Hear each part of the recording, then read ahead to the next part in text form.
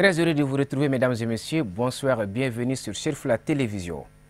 Une délégation spéciale des Nations Unies séjourne depuis quelques jours dans notre pays dans le cadre d'un partenariat avec le gouvernement du Mali sur la prévention et la réponse structurelle des violences sexuelles liées au conflit. Occasion pour les représentants de l'organisation onusienne de rendre visite au guide spirituel des Ansar et président du groupement des leaders spirituels musulmans du Mali. Seyd Cherif Ousmane Madani Haïdara a rassuré ses visiteurs de son entière disponibilité pour la réussite de ce processus, car, dira-t-il, soutenir les personnes lésées est une des recommandations de la religion musulmane. La rencontre s'est déroulée le jeudi 28 février dans la famille chérifienne à Bankoni, Djankineboukou. Suivons les propos recueillis par Lutu Sidibé de la porte-parole. Et je suis venue au Mali pour entamer une discussion avec le gouvernement du Mali afin d'avoir un accord entre les Nations Unies et le gouvernement du Mali portant sur la prévention et la réponse structurelle sur les violences sexuelles liées au conflit. Et je suis heureuse d'annoncer que le gouvernement du Mali est d'accord de signer cet accord et demain matin, l'accord qui s'appelle un communiqué conjoint sera signé entre le ministre des Affaires étrangères par intérim et moi-même représentant les Nations Unies. Et ma réunion aujourd'hui, un acteur clé dans la prévention, dans la lutte contre les violences, dans la prévention de l'extrémisme violent, l'extrémisme religieux, mais aussi sur la question importante qui est la réconciliation. Un acteur clé pour moi, ce sont les chefs religieux.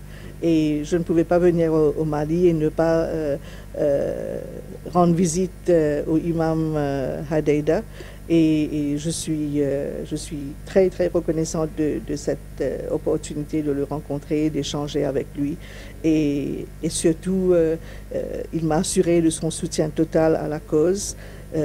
Il est très conscient des problèmes que les femmes et les filles maliennes subissent, ces violences qu'elles subissent dans le nord et dans le centre du pays. Violences liées au conflit, et il m'a rassuré de son soutien total. Et après la signature de ce communiqué conjoint, un plan d'action sera rédigé. Il y aura une structure qui sera mise en place pour l'élaboration de ce plan d'action, et l'imam sera présent dans ce groupe de travail afin de cibler des actions concrètes de coopération entre lui et les Nations Unies. L'ouverture des travaux de la 4e session ordinaire de l'Assemblée consulaire pour la mandature 2015-2020 de la Chambre de commerce et d'industrie du Mali a eu lieu jeudi 28 février au Parc des expositions de Bamako. Cette cérémonie officielle, qui était présidée par le ministre du Commerce et de la Concurrence, a enregistré la présence du ministre en charge du développement industriel et de la promotion des investissements, de représentants du ministère des Transports ainsi que de plusieurs autres personnalités. Un reportage signé Fatoumata Kane et Ablaye Sogodougou. Cette rencontre, qui a regroupé les membres du gouvernement ainsi que des opérateurs économiques, s'inscrit dans le cadre du lancement des travaux de la 4e session ordinaire de l'Assemblée consulaire de la CECIM.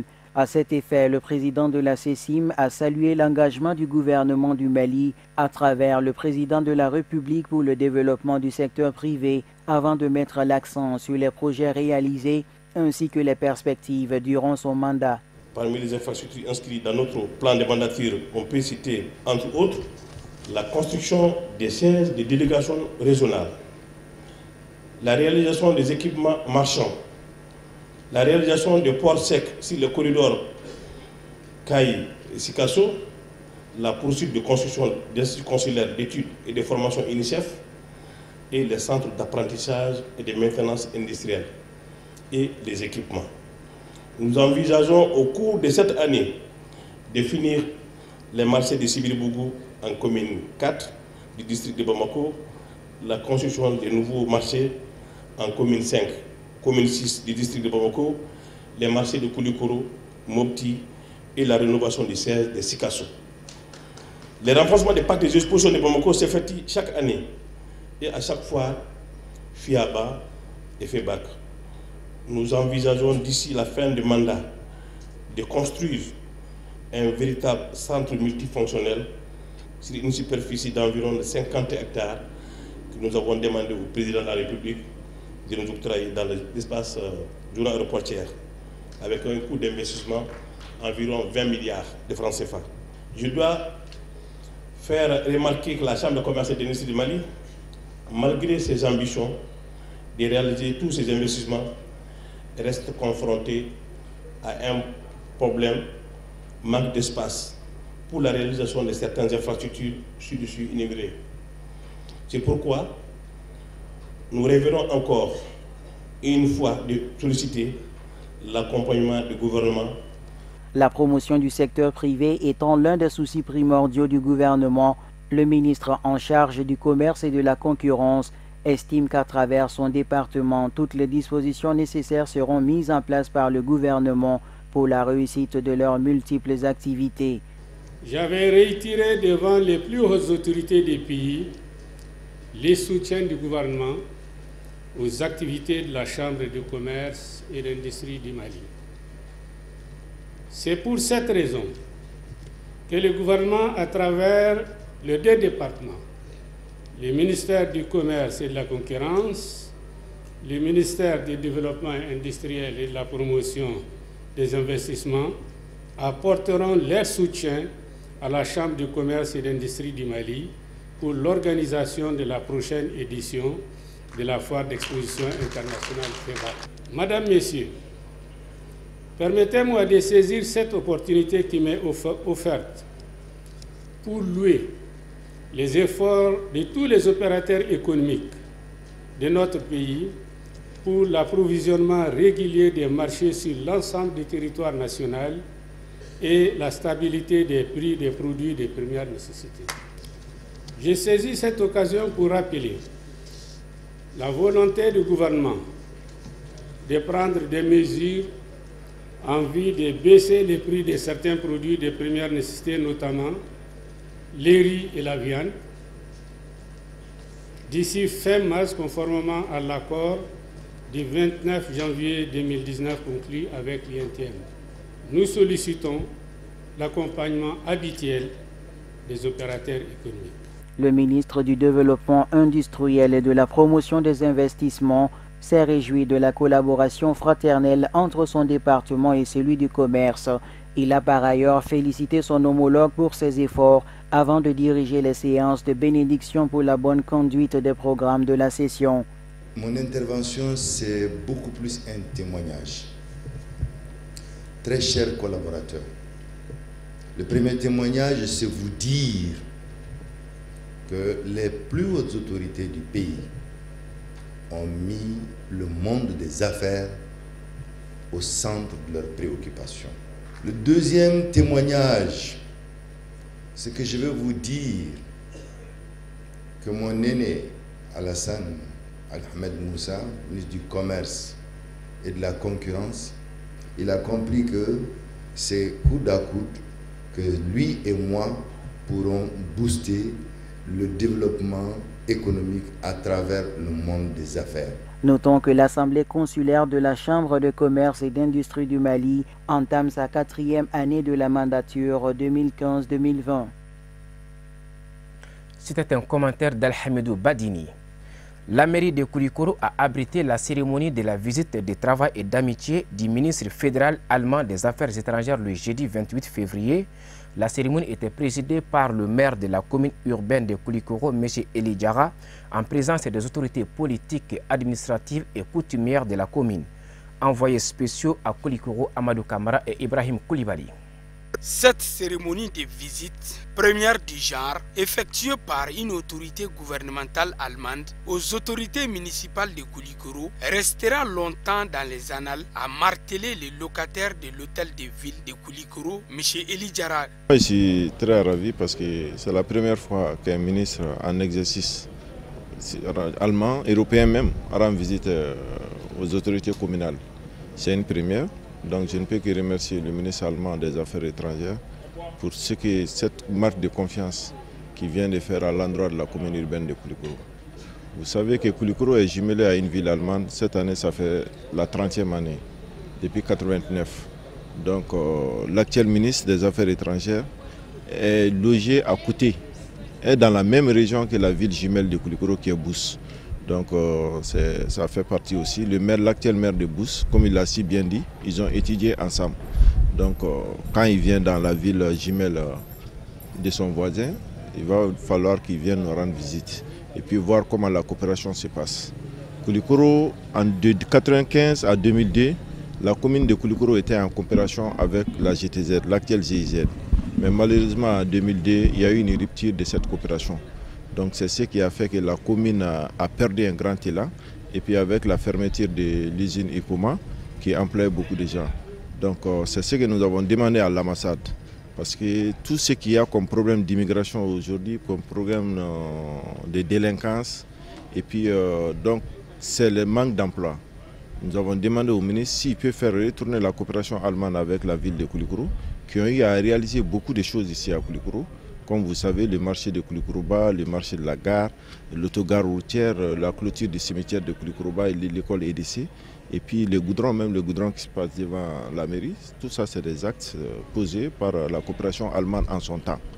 Nous voulons le retour de cette coopération. Pour l'ambassadeur d'Allemagne au Mali, cette coopération entre la mairie de Koulikoro et celle de Bou est le fruit d'un partenariat renforcé et multiforme, tant dans la coopération au développement qu'en matière de sécurité et l'emploi des jeunes. Je ne peux pas prendre une décision, ça doit se régler entre les mairies de Koulikoro et de Bous, mais je pense que le ministre va transmettre cette souhait à l'homologue de votre maire à Bous. Et je suis sûr qu'à Bous, on va de plus en plus intéressé pour Koulikoro, surtout parce que nous avons vraiment aujourd'hui appris encore une fois que Koulikoro, c'est une ville très accueillante, pas seulement accueillante pour notre ministre des délégations, mais aussi chaque jour pour le contingent allemand qui se sent très très bien au sein de la population de Koulikoro ici dans les camps militaires. Oui, je suis tout à fait d'accord, mais nous ne devrons pas seulement penser à la coopération entre les États, la coopération officielle, mais je pense que l'avenir de Koulikoro, de notre coopération, ça c'est vraiment le développement du secteur privé.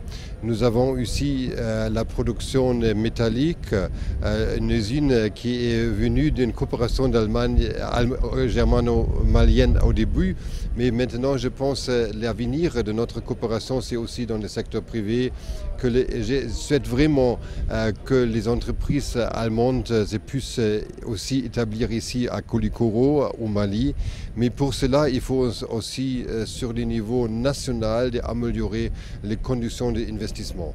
Je sais que votre maire travaille beaucoup dans ce sens, mais c'est aussi à Bamako beaucoup à se décider pour améliorer cela. Selon le maire Eli Diarra, une vraie coopération à laquelle doivent contribuer réellement les deux partenaires, a-t-il indiqué, avant d'exprimer toute sa satisfaction de cette visite historique du ministre des Affaires étrangères allemand à Koulikoro. Ensuite, pour le problème d'emploi aussi, donc avec cette coopération aussi, ils peuvent redémarrer, trouver des solutions au problème d'emploi des jeunes à Koulikoro. Donc avec la coopération, nous allons parler de tout ça. C'est pour cela que nous n'avons pas voulu aller en détail en demandant des infrastructures, quoi que ce soit. Nous voulons la reprise de la coopération. Avec cette reprise, nous allons voir quelles sont les possibilités, que la commune a besoin pour se développer, pour pallier au problème du chômage des jeunes, qui est la cause de l'immigration clandestine vers l'Europe. Donc, et puis du terrorisme aussi. Donc c'est un peu ça que nous avons parlé. Donc je suis très content au nom du conseil communal de la ville de Koulikoro. Nous l'avons élevé au grade de citoyen d'honneur de la ville et puis avec des cadeaux. Donc c'était une cérémonie de courte durée mais pleine de significations. Donc je ne peux que remercier l'Allemagne. Oui. Signalons que l'Allemagne a été le premier pays à reconnaître l'indépendance du Mali en 1960 et reste depuis aux côtés du peuple malien. La souveraineté d'un Mali uni est notre but commun. Nous sommes des amis dignes de foi, a conclu le diplomate allemand.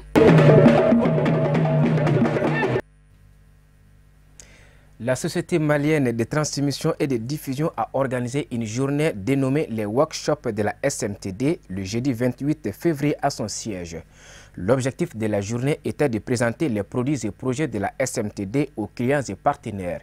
Marietou Diallo et Sédou Niaré pour le reportage. La Société malienne de transmission et de diffusion est un service d'infrastructure télécom qui met à la disposition de ses clients plusieurs services liés aux technologies du futur avec pour ambition de les accompagner dans leur transformation digitale. Elle a initié ces workshops pour présenter ses produits, projets et services à ses clients. Ces services sont la fibre optique, le data center, le call center, la diffusion et le service point haut. Donc cette journée aujourd'hui de workshop au niveau de la SMTD est une journée d'atelier, d'échange, d'information et de réflexion avec nos différents partenaires du secteur public et du secteur privé. Donc en quelque sorte, c'est pour les expliquer ce que c'est que la SMTD, nos missions et comment on peut les accompagner dans leurs projets de numérisation et l'infrastructure de télécommunication. Nous sommes en charge de l'infrastructure numérique du pays. Donc notamment, nous avons un réseau de fibre optique de 3000 km, bientôt 4000 km avec le projet Mali numérique.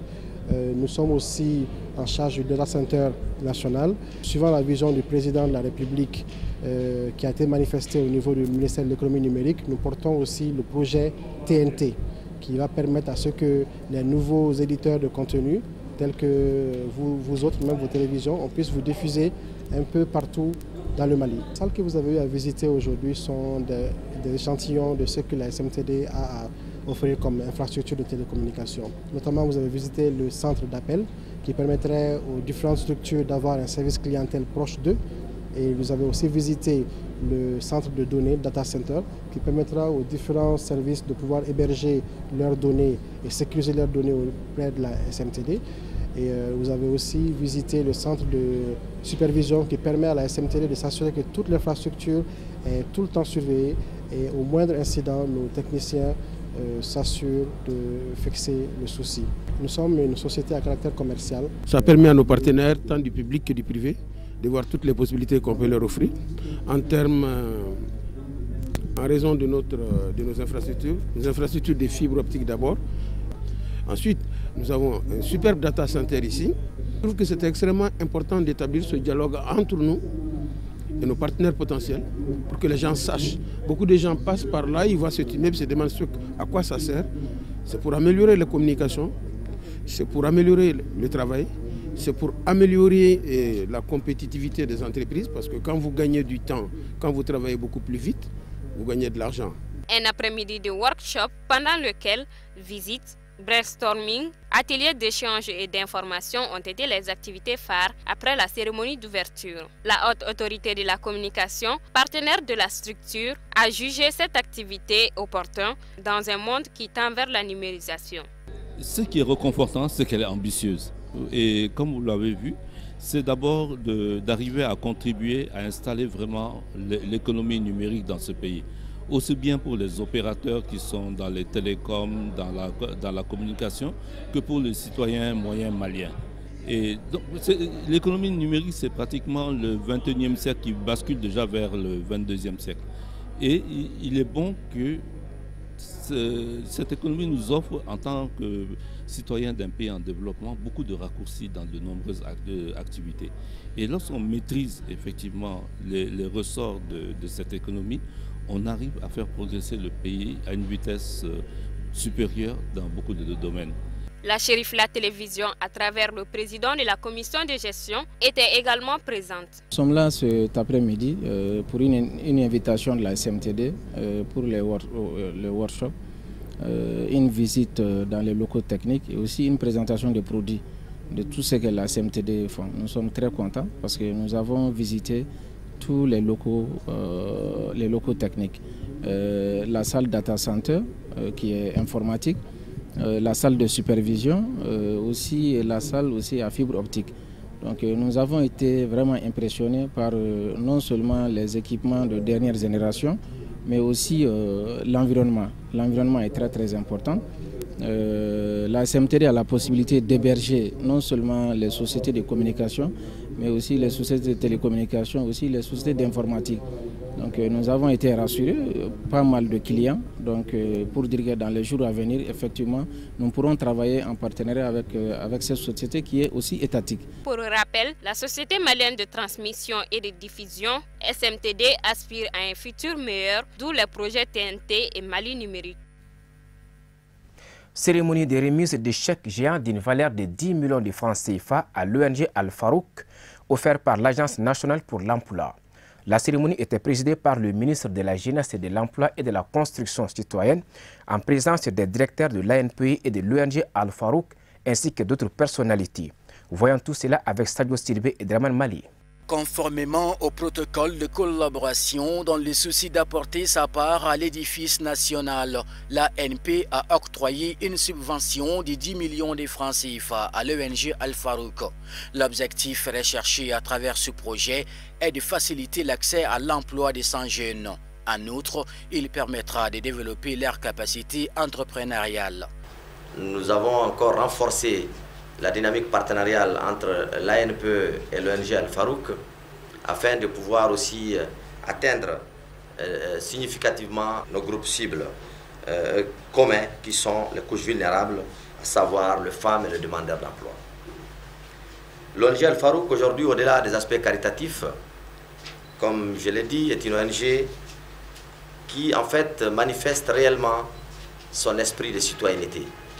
Et c'est pour cette raison qu'elle s'est toujours manifestée aux côtés de l'ANPE, surtout lors de la célébration de différentes éditions du mois de la solidarité, soit en apportant un appui matériel, soit un appui financier, et souvent les deux à la fois. Et le président de l'ONG, que je remercie aussi au passage, l'a rappelé ici, étape par étape. Je voudrais encore une fois demander également, avec la permission de M. le ministre, à tous les agents de l'ANPE de continuer à œuvrer avec les agents de l'ONG Al-Farouk à un suivi régulier de toutes ces réalisations pour le bien-être commun et l'atteinte réellement des groupes cibles dans un cadre d'appropriation et de pérennisation des acquis. Ces activités vont toucher 100 demandeurs d'emploi à travers donc les régions des Cailles, des Sikasso, des Mopti et du district de Bamako. Et 100 demandeurs d'emploi qui à la fois vont s'installer sur leur propre compte pour certains, mais aussi certains également qui s'installent vont aussi employer d'autres. Donc c'est des composantes de l'emploi qui vont être atteintes, qui vont être donc atteintes notamment l'emploi salarié et l'auto-emploi. Le directeur général de l'ONG Al-Farouk a chaleureusement remercié les invités pour leur soutien constant à l'endroit de son ONG. Il s'est également réjoui de ce partenariat qui a pour but d'endiguer le chômage dans notre pays. Monsieur le ministre affirme être enthousiaste d'avoir présidé cette cérémonie de remise car il estime que ce projet entre dans le cadre de la mise en œuvre de la politique nationale de l'emploi. À cette occasion, il a adressé sa compassion au directeur général de l'ONG Al-Farouk suite à son enlèvement par les personnes de mauvaise volonté. C'est avec un réel plaisir que je préside ce matin dans les locaux de l'ONG Al-Farouk la cérémonie de remise d'une subvention de 10 millions de francs CFA à l'ONG par l'ANPE. C'est aussi le lieu pour moi de remercier très sincèrement notre partenaire, l'ONG Al-Farouk, de son engagement à nos côtés dans le cadre de la mise en œuvre de la politique nationale de l'emploi. Cette cérémonie témoigne également de notre volonté commune à mobiliser des ressources nécessaires à sa mise en œuvre effective en vue d'endiguer le chômage et la pauvreté au Mali. La subvention de 10 millions de francs CFA, objet de la présente cérémonie, est certes modeste, mais pleine de signification. En effet, elle symbolise la disponibilité du gouvernement de contribuer à la mise en œuvre de vos actions de bienfaisance, surtout de création et de promotion d'emplois. Je souhaite, à l'ère du bilan, me réjouir des résultats appréciables qui seront atteints dans la lutte contre le chômage et la pauvreté, à travers les actions que vous avez définies avec l'ANPE. Pour ma part, mon département reste à vos côtés pour apporter le soutien de l'ensemble du gouvernement. C'est sur cette note d'encouragement et d'espoir que je déclare close la cérémonie de remise de la subvention de 10 millions de francs CFA accordée par l'ONG Al-Farouk par l'ANPE, l'Agence national pour l'emploi. Projection vidéo et remise de chèques de 10 millions de francs CFA ont mis fin à la cérémonie. Sur tout autre plan, l'installation du Bureau national des jeunes et des femmes du Parti pour la restauration des valeurs du Mali, PRVM Fassoko, se poursuit. Après Kita, c'est au tour de Ségou de recevoir la délégation du comité de pilotage sous la conduite de son président Ousmane Sangaré. Au menu de la rencontre, échangée avec les délégués sur la vision et la structuration du parti. Pour plus de détails, voyons ce commentaire signé Moussa Fomba. Les délégués de 7 cercles représentant le Parti pour la restauration des valeurs du Mali, PRBM Fassoko, se sont retrouvés samedi 23 février dans la cité des Balanzans. Une rencontre initiée par le comité de pilotage du parti avec la jeunesse et les femmes. Au cours de cette rencontre régionale, les délégués de la région ont répondu à l'appel du comité de pilotage du parti du Chameau Blanc, mandaté pour la mise en place du Bureau national des jeunes et des femmes d'ici la fin du mois d'avril. Au menu de cette rencontre, des échanges avec les délégués sur la vision et la structuration du parti. L'agréable surprise fut la visite du président Mamadou Oumar Sidibé, venu encourager les jeunes et les femmes. Je suis là aujourd'hui pour accompagner le comité de pilotage qui est là, qui est en train de mettre en place tous les bureaux des jeunes et des femmes en vue du congrès extraordinaire qui doit se tenir dans peu de temps. Et je les remercie pour ce boulot fabuleux qu'ils sont en train de faire sur tous les cercles du Mali.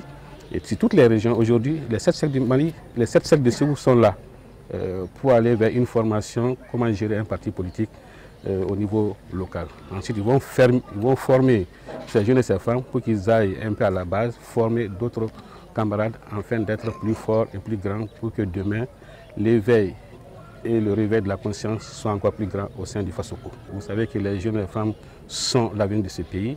Il faut construire, il faut éduquer et il faut instruire. Et nous sommes dans ce schéma-là. L'éducation des humains est la base de tout développement. On l'a dit, la gestion des ressources humaines est plus importante que tout.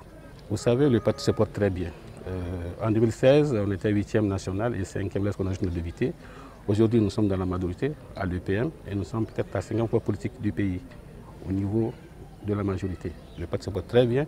Et si on ajoute aujourd'hui ce que nous sommes en train de faire pour les jeunes et les femmes, on sera encore plus grand et encore plus meilleur. Et à Ségou? À Ségou, ça va très bien. Vous voyez nos élus qui sont tous là. On n'a pas été ridicule. Nous sommes la 3e ou 4e force politique à Ségou du point de vue communal. Nous allons attaquer très rapidement, lorsque Dieu le veut, toutes les élections à venir. A noter que la mission était conduite par Ousmane Sangaré, président du comité de pilotage, non moins président de la jeunesse du PRVM Fassoko. À présent, voyons l'actualité du reste du monde, un commentaire signé Alhamidou Badini.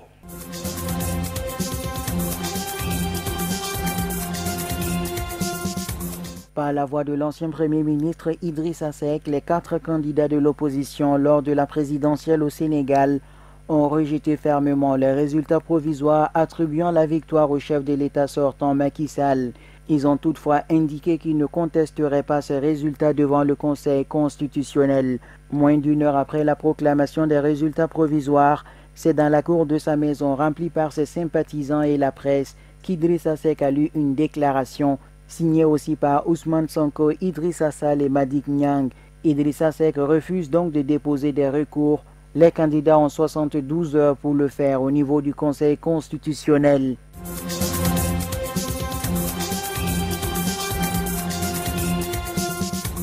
À l'occasion de la marche nationale prévue ce vendredi contre un 5e mandat de Bouteflika, 8 ONG algériennes ont appelé tous les acteurs politiques à se rassembler autour d'un consensus pour sortir le pays de l'impasse.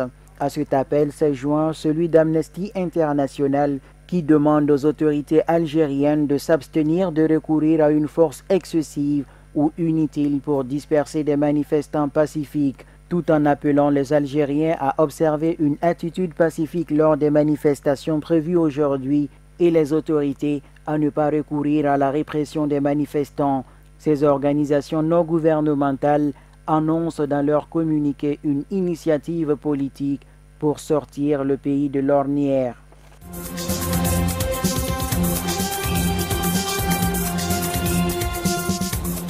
Le gouvernement ougandais a rapatrié mardi 70 anciens rebelles congolais membres du M23 et leurs familles dans le cadre d'un accord de rapatriement signé en 2013. dernier mouvement des rébellions à dominante Tutsi soutenu par le Rwanda et l'Ouganda dans l'est de la RDC, le M23 avait été défait en novembre 2013 par l'armée congolaise, appuyée par les casques bleus de la mission de l'ONU en RDC. Après 18 mois de guérilla au nord Kivu, le rapatriement mardi de 70 ex-rebelles fait suite à une réunion d'avril 2018 lors de laquelle l'Ouganda, le Rwanda et la RDC se sont accordés sur une campagne de sensibilisation auprès des anciens du M23 afin d'intensifier leur retour. Le transfert de mardi porte à 316 seulement le nombre total d'ex-M23 rapatriés depuis l'Ouganda.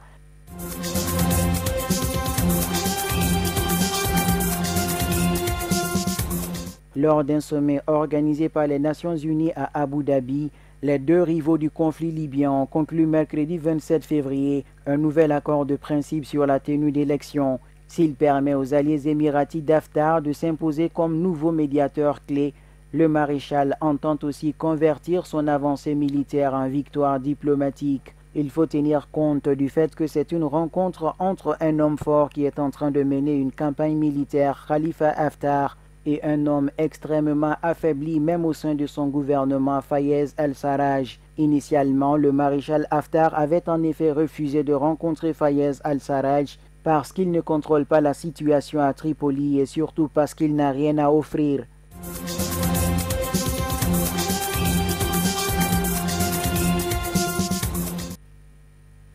Voilà, c'est ce qui met fin à cette édition que nous vous remercions d'avoir suivi. Bon week-end en compagnie des programmes sur Chérifla Télévision.